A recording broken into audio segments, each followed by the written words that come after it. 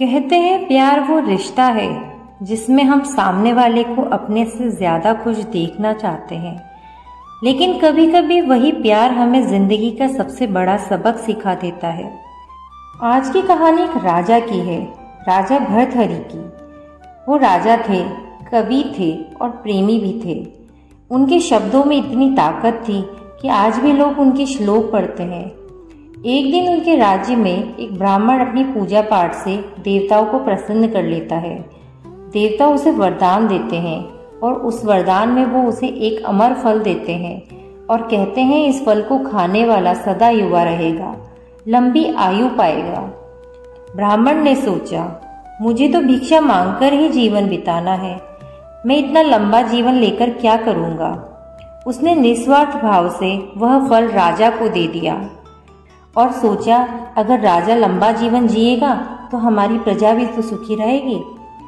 राजा भर्तहरि ने फल को देखा और फिर मुस्कुराए, लेकिन तभी उनके मन में एक ख्याल आया कि यदि मैंने ये फल खाया तो मैं तो बहुत लंबे समय तक जीवित रहूंगा, पर मेरी पत्नी वह तो मुझसे ही पहले चली जाएगी और उसके बिना मैं तो जी नहीं पाऊंगा, क्योंकि वह प्रेम में थे। नहीं, यह फल मैं अपनी पत्नी को देता हूँ। और दोस्तों, यही उनकी सबसे बड़ी भूल थी, क्योंकि रानी का दिल तो किसी और के लिए धड़कता था, राज्य के ही कोतवाल के लिए।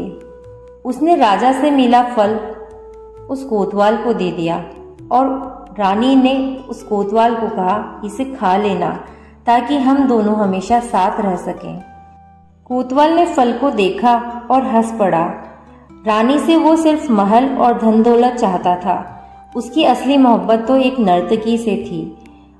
कोतवाल ने सोचा, अगर यह अमर फल खाकर वही हमेशा जवान रहेगी तो मैं भी तो हमेशा खुश रहूंगा। उसने वह फल अपनी नर्तकी को दे दिया। नर्तकी ने फल ले लिया और मन ही मन फिर सोचा, कौन मूर्ख इस पाप भरे जीवन को लंबा जीना चाहेगा। हमारे राजा अच्छे हैं, वही इस फल के असली हकदार हैं। और वह फल वापस राजा को पहुंच गया। दोस्तों, राजा ने जब वही फल अपने सामने देखा तो वे हक्के बक्के रह गए, दंग रह गए। पूरी सच्चाई उन्हें समझ में आ गई और उसके बाद उनका दिल टूट गया।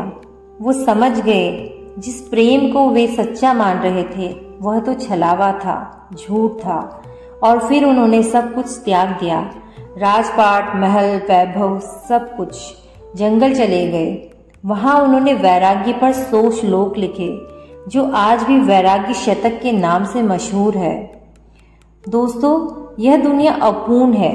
यहाँ हर इंसान किसी और से प्रेम करता है और बदले में उम्मीद करता है कि वही व्यक्ति भी उतना ही प्रेम लौटाए।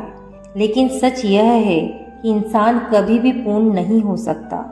सिर्फ एक ही है जो हमें उतना ही प्रेम करता है जितना हम उससे करते हैं, और वो है ईश्वर। बाकी सब प्रेम, सब मोह है, और मोह हमेशा अधूरा ही रहता है।